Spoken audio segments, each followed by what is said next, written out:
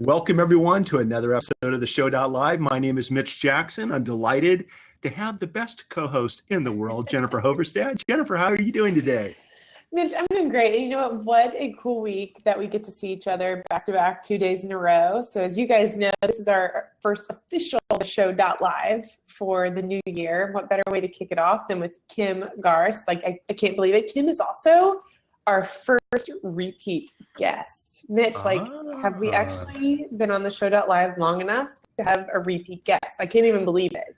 It's pretty crazy, isn't it? But here's the thing. You know, I happen to think that if you go back to TheShow.live 1.0, I think we're the longest running talk show, interview show on live streaming, because you could actually take this back to 2011, 2012. True. I mean, that's when the guest on this show started, and this is like TheShow.live 2.0. It is. And it's going to be 3.0 as soon as I get Facebook running. So, so Mitch is getting us up and running on Facebook. You guys, welcome again to TheShow.live. Kim released not too long ago the book, Will the Real You Please Stand Up, Show Up, Be Authentic, and Prosper in Social Media. She also has another book, The Quick and Easy Guide to Branding Your Business and Creative Massive Sales with Pinterest.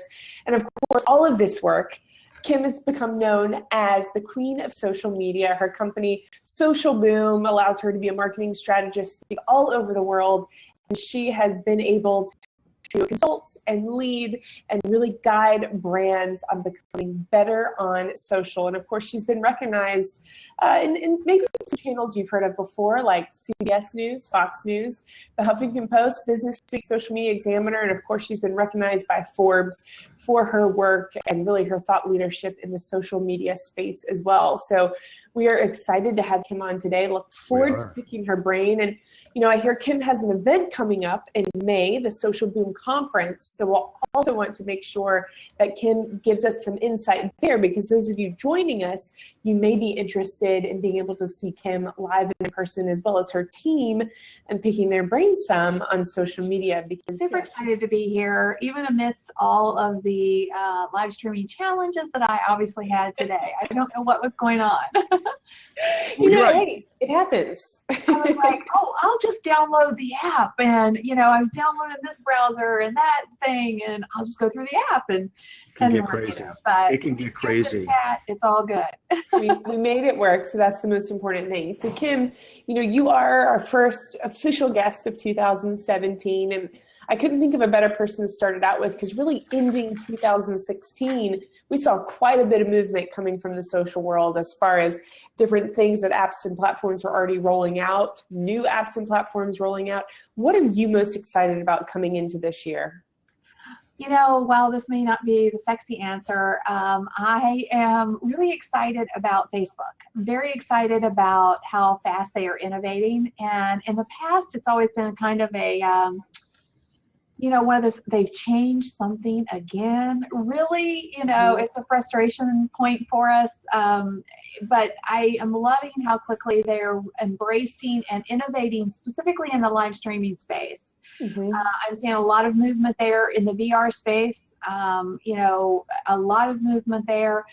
A lot of movement in the messenger space as well, which is really intriguing to me. So the more I foresee in 2017 a lot more personal one-on-one conversations than we've ever had before. And I think the messenger capability is going to be a big part of that. So excited about Facebook.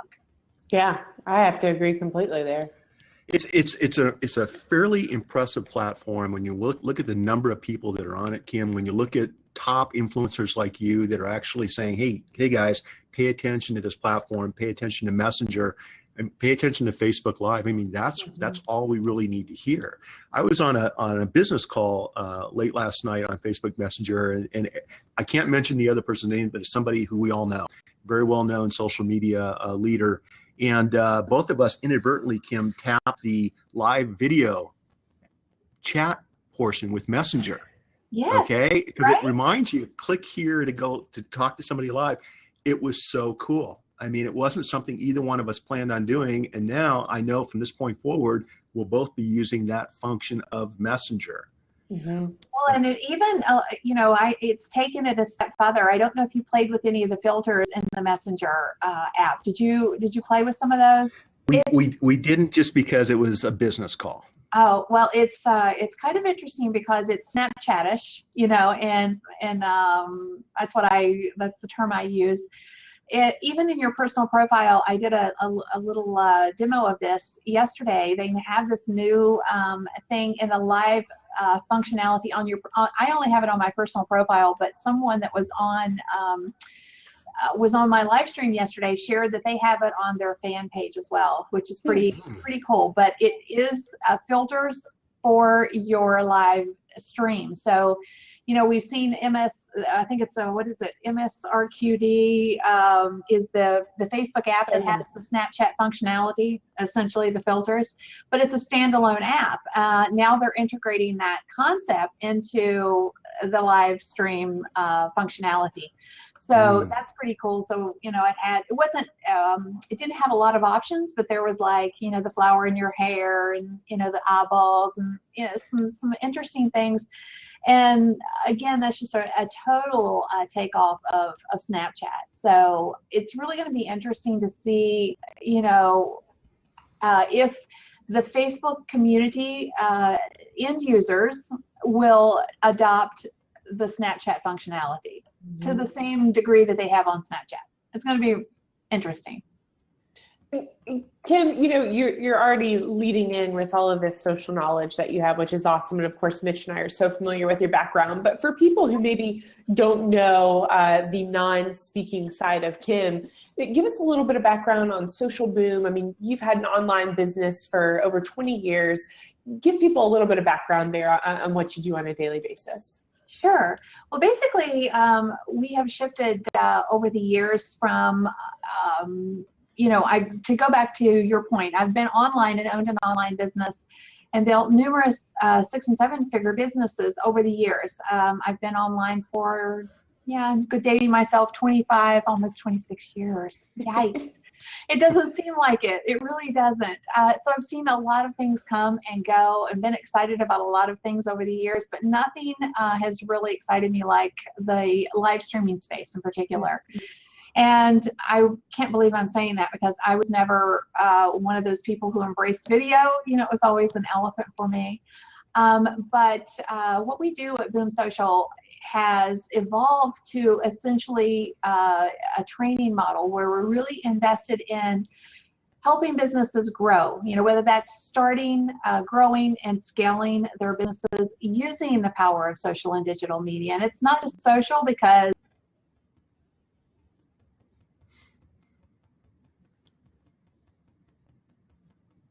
Anybody? Okay, Mitch isn't frozen.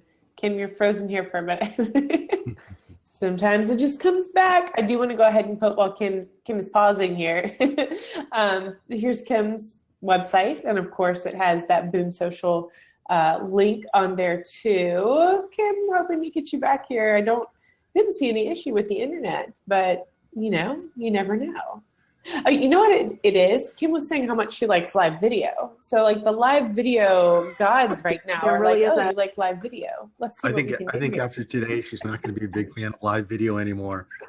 Or you and I, we have nothing to do with this, Kim. I know. This is great. And I wanted to ask her the follow-up question, how she feels today about live video. Yeah, and, I'll go ahead and send her this. Okay, you go ahead and do that. And we'll make it happen. Oh my goodness. First world problems, right? First world problems, Kim. Right? I mean, this is crazy, but it's all good. So how are you liking pushing today's experience aside? Right. What are your thoughts on live video today? Have you now started to embrace it 100%? Do you see it as simply one of many tools that are complementing what you're doing with your recommending to your clients and customers? What are your thoughts? Well, I don't know that it's for everyone simply because not everyone is going to embrace it.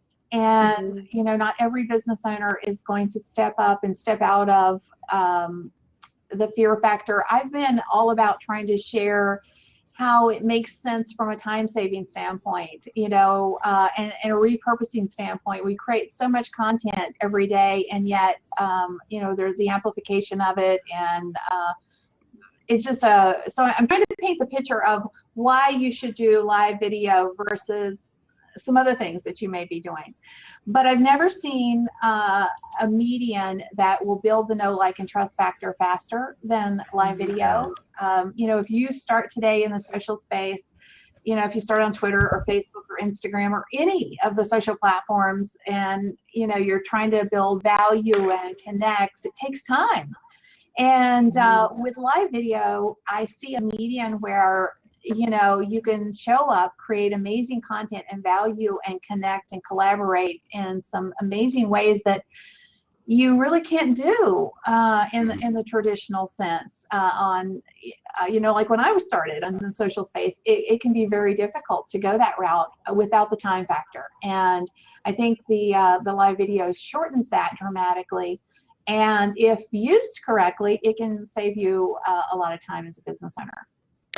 That makes, yes, that makes so much sense. And I think what's relevant, and I'm going to post it, is your blog from yesterday called The Everything's Been Done Trap, which, you know, so I'm sure is the pushback you get when you start making that suggestion or even argument, is that people are like, oh, it's already been done, or, oh, you know, I can't find my place in here because people have already taken my ideas. How do you respond? You give some great actually how-tos here. So that, I love the blog post. How do you kind of just respond to people verbally when they give you that pushback? Well, I think the first hurdle for most people as it relates to live video is the fear factor. And then, you know, how do you show up on live video and do something that no one else is doing, you know? And the reality is there is nothing that's not been already done. You know, nobody has a unique idea anymore. It's true. I mean, and you know, you honestly, you think you have this great idea and you go Google it and you realize, oh my goodness, somebody else had it 10 times already, you know?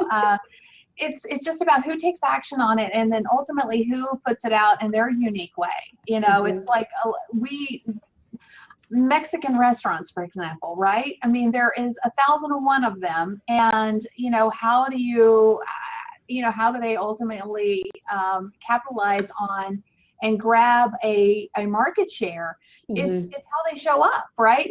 Do they have great service? Do they have great food? Do they uniquely put out something that's different from somebody else? Is it location? It could be a myriad of things.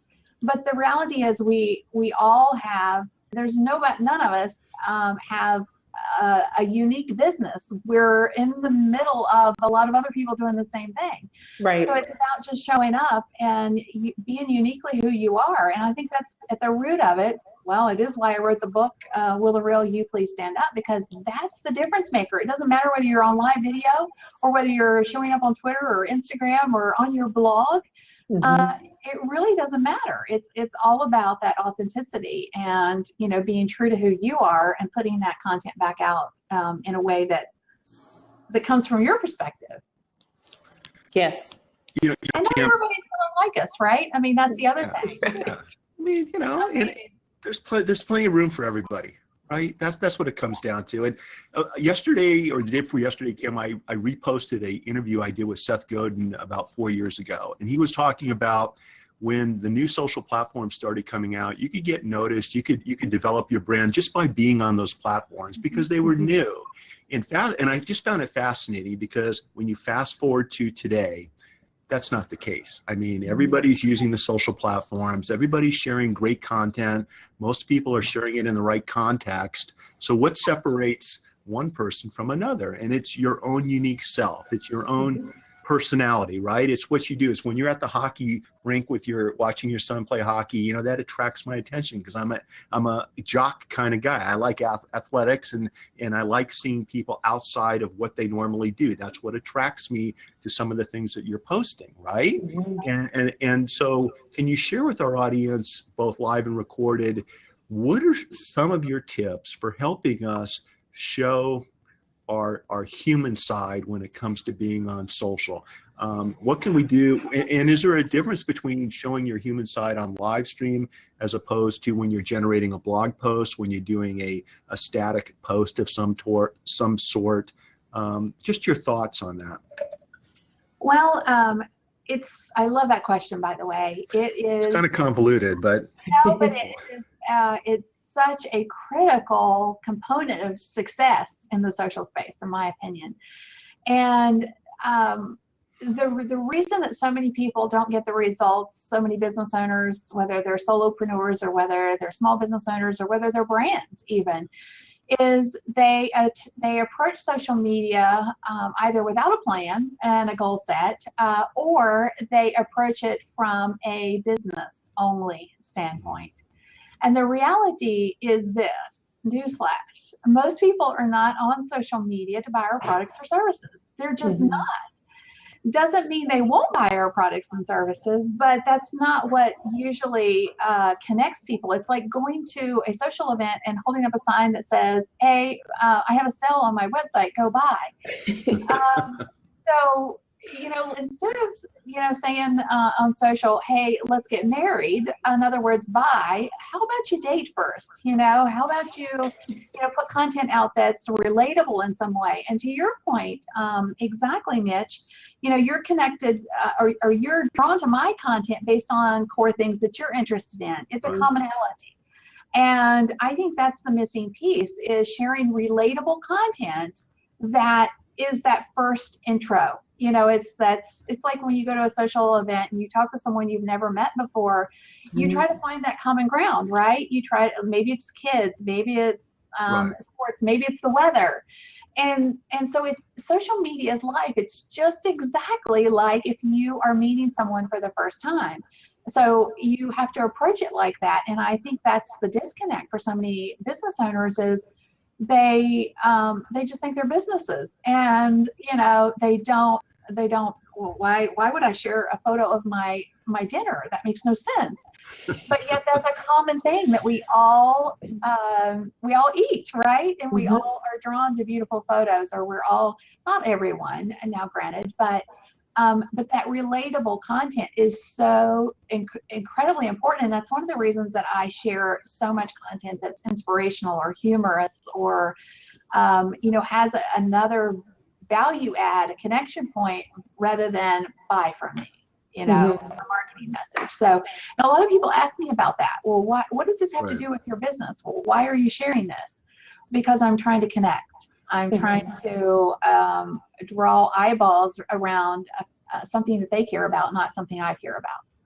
And Kim, I think I will say this just from following you over the past few years, you do a really good job on your social channels of just being vulnerable with people, because you've gone through some hard times and some loss, especially over the past year. And I think when, at least for me, seeing that and seeing like, man, like Kim Garst just isn't putting pretty and smiles on it. Like, she's going through a rough time right now. And certainly I've also seen how your tribe comes around you and supports you in those times, which is certainly not necessarily the reason you share it, but you do share it because you are a real person and you go through things, but you are a real person that also happens to own a very a great business, a year's worth of business and lots of knowledge. So I think for those of you that maybe don't follow Kim, following Kim is just a great example of everything you're talking about. And I know that's what Boom Social actually is your platform. It's like the people who work at Boom Social actually do what they're saying. And I can say that everything you just said, I know you do. I do want to ask, so Jay kind of asked a follow-up question to many of the things that you just said. So we've talked about building that rapport and credibility. But how does a business, so now they say, okay, we've taken it down a notch, we're dating, like we're getting to know people, but when is that right time to kind of move in with the sale, and how do we make a conversion out of this? Well, that's an excellent question as well. And one of the things that I have seen, and I actually talked about this in, I think it was yesterday's Periscope actually, where I gave 5 tips on how to immediately increase your revenue or your sales. And one of those, the very last tip that I gave was market your business. Sometimes we get so wrapped up in all the stuff that I just said, about that connection and relatable content, that we forget to weave in our marketing message, and we forget to tell people that we have a business. And it is a fine line, at what point do you hold up that sign and say, hey, I have something for sale? And I follow kind of what I call an 80-20 rule, where 80% of my content, and I'm not the first one to say this, but at least 80% of my content I try to make a value add in some way, or a connection point to a relationship. And then I weave in my marketing message. A lot of what I do from a marketing standpoint, though, is done through email. It's not done through social media. And that's why I'm a big harper on moving people from your social presences as quickly as you can to your email list, because that's where their real money, in my opinion, is. That's where the transaction usually takes place. So I want to come back to the email. I'm sorry, the decision. Go ahead. Decision. Yeah. So I want to come back to the email list that you just mentioned, but one of the things that has a lot of people watching our show, they understand the relationship part of social media. And I have a mastermind group, Kim, and it's full of lawyers. And some of the challenges the lawyers are having is, what do you mean we're showing our personal side, our human side on the social media platforms? And so I'm trying to get them to mirror what I'm doing because it works really, really well. And they're having a hard time wrapping their mind around this concept. But eventually, once they get it, once that light bulb goes on, they get it, right? Because social is all about building relationships. And like you just said, then you come in 10 to 20% of the time and you tactfully and correctly, in a timely fashion, remind someone that you have a business or you have a service, not necessarily by telling them, but maybe by answering a question or offering a solution, right? So having said all that, how do you blend that relationship building aspect of social media with building an email list? Okay, because you brought up the email list. Do you invite people to join the list in exchange for a download, in exchange for an ebook? Are there other ways to get people to come over to your list? I mean, where's that transition, and do you actually reach out on social and bring people over to the email list? All of the above, but let me explain this a little bit. So to your point about your lawyer friends, that's very common. I've dealt with a multitude of business owners. Big brands are probably the most reluctant to embrace the relatability, instead of being business focused. So it's a common issue, but yes, once they get it and they step out from behind their logo and realize that those connections are value based, it doesn't mean that somebody's going to immediately buy from you today or tomorrow. But when you show up in your reel, people remember that. So to Mitch's point, I've seen Mitch do a ton of drones things and things of that nature where it draws my attention and draws my eyes. And even if I didn't know Mitch was an attorney or I didn't have a relationship beyond that, but if I needed an attorney, I would immediately think of him because he has shown up in the social space and caught my attention. And he would be the first person I would call. So that's what you're after. It's about coming top of mind when they need what you offer. Now, as it relates to your email list, nobody wants more email people. Now, back in the day, when who has an AOL email account? I still have one. No, not still. But that's why I asked the question, because nobody likes to get more email. But back in the day, it was a big thing. You got that. You heard that, like you got email, and it was let me go check. I got to see who's emailed me. And today it's not so much. It's like, let's see, what filter can I put on to make sure that I don't get all this email. And so you're like, okay, so here you put a little thing on your website and you say, join my email list or join my newsletter. Not going to work so much, people. I mean, it just doesn't. So I'm constantly telling people, you have to give something. You have to give something value-based. I call it an ethical bribe. Maybe that's a legal term. I don't know, sort of. But works for me.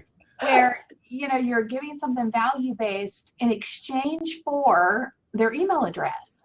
So, what is one thing that your community really struggles with, and how can you solve that problem for them, at least at a rudimentary level? And then they'll be like, wow, they solved that problem for me and it was totally for free. And, how do I, maybe they know more. Let me check them out. Maybe that leads to a sale. But you truly do have to offer something free, whether that's a freemium, and there's lots of different names for it, free offers, lead magnets, and then you have them on your list. And I think that's really where the relationship, we've talked about relationships here on social media and how you build relationships. I truly think, though, that the real relationship is built through your email list.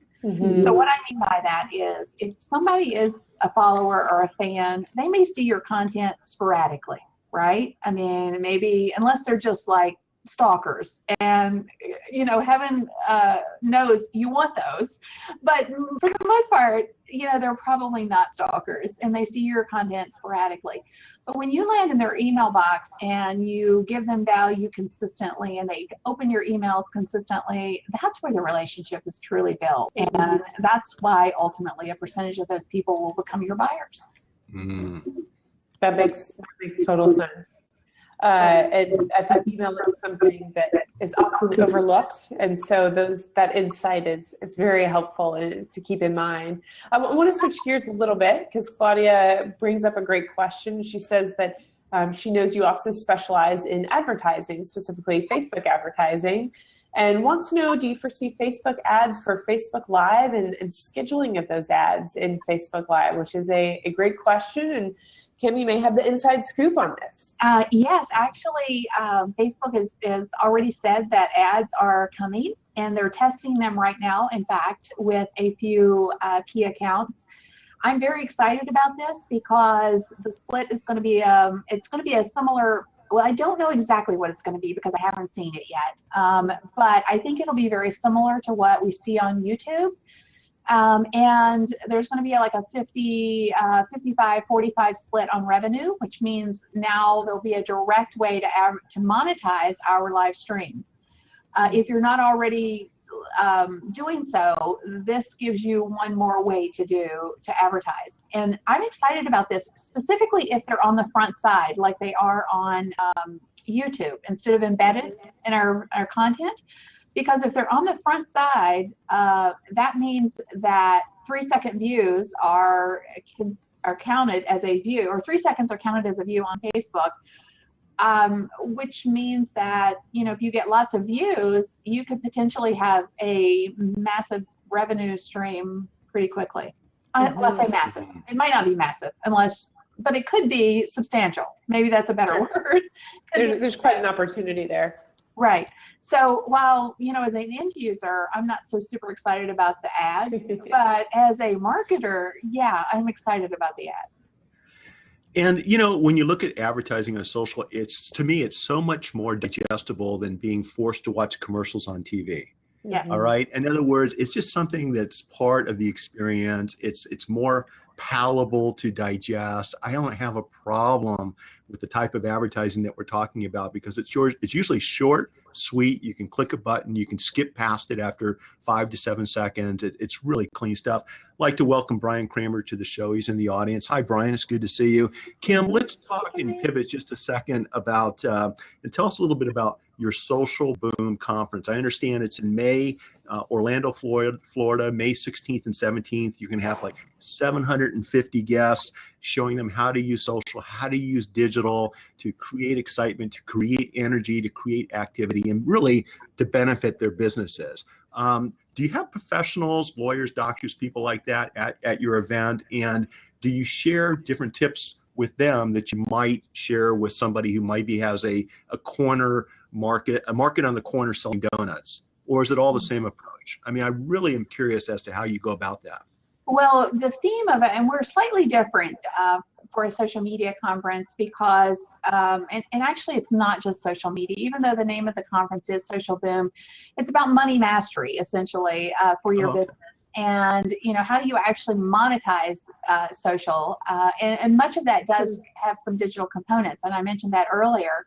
I think that's honestly the missing piece for most people in the social space that are trying to make money, unless they're trading time for money, is, how do they connect those dots? And, how do they build that email list? And, how do they automate some of their sales processes so that they have a life. So it's kind of a big picture thing, you know. How do you build the business you love and have the life you want, you know, because it can be a huge problem for us. It's certainly been a huge problem for me over the years, is trying to have that separation. And there really isn't that separation for me. I've just had to find some balance between life and work. You know, everybody talks about life-work balance. I'm like, is there such a thing? And you really can't have a life. You just you just have to find that. I found that automation is a big piece, and I'll just speak real quick to this. I don't want to dig into it too much, but you know, you said earlier, Jen, you were talking about how I shared so much of, you know, the bad stuff. You know, my son broke his femur last January, so we dealt with that. My mom had brain cancer and she passed in June, and a myriad of other things, honestly. Just, it seemed like 2016 was a tough year for me. And if it hadn't been for automation and Facebook ads, you know, my business thrived. It thrived without me being out there as much as I would normally have been, and, you know, been the face of the business, which is a big part of what I do. So it's important, all these little things, and having the email list and the automation, you know, because things happen in life, and if you don't have a business built that has some depth to it, and you can be really out in the cold if something happens. So I'm really about building that structure and, you know, helping people build a business that they love, but, you know, still having some balance. Yes, that makes sense. And curious too about the conference. I know we are getting a little short on time here, but maybe your favorite thing that you look forward to with this conference, because you guys have been doing this for so many years now. The people, always. You know, there's nothing that there's no substitute for actually meeting someone in real life. And the beautiful part about it is a lot of my community has been together for a long time. You know, I have people in my inner circle that have been with me for years.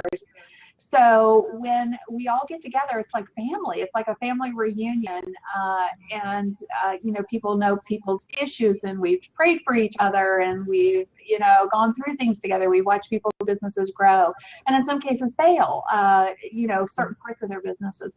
So the community is amazing, and I just love seeing people, and even meeting new people or meeting people for the first time.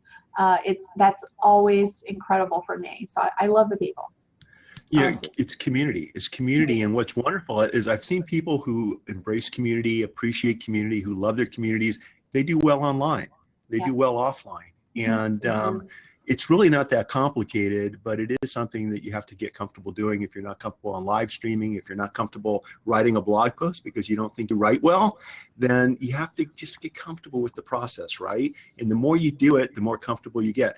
I know we're running a little bit late, but I wanted to ask you a question because it has to do with the automation aspect of what you were just talking about. And a lot of us just got back from holiday vacations. Multiple time zones. We're trying to stay current with our social media activity. We're trying to stay current with the office. I had posted a question the other day, Kim, and it had to do with what would you recommend with respect to sharing content on social while taking into consideration the different time zones, assuming you have clients from around the world. So you want to go ahead and make sure you're reaching out and you're touching all of the clients around the world. Any tips or tricks you can share with us about taking into consideration the time zone issues, when to post, and maybe that changes depending on what platforms we're on? Well, I kind of maybe have a little bit of an unusual take on this. I think we train our communities with our content. Now, what I mean by that is, you know, if you post at certain, you know, during a block of time, like, you know, 8 to 10 at night, then after a period of time, people know that you're probably sleeping the rest of those hours, right? So I think we do train our communities a little bit. And I also believe that it depends on the platform. So like on Twitter, for example, I feel like Twitter is one of those platforms where People are constantly searching for content, and they may not necessarily have to know you to consume your content or feel like they have a connection to you to consume your content. So, you might want to share content there 24/7. But I do believe a big part of and by the way, automate that content. Don't be up at 3 a.m. tweeting, please. I only know one person that's doing that, and we're not gonna bring that person up. Okay. Well, I'm a big. I'll say this too, because a lot of people might disagree with me, but I personally believe if you're going to be successful in the social space and you are going to be active on more than a few platforms, that you have to do some automation. Now, that said, I never would suggest that you automate your engagement, but your content can be automated without it dinging you, in my opinion. In fact, I can prove that all day long. But there's simply not enough time on God's green earth to do it all if you don't embrace some automation. And I know some would disagree. I've disagree.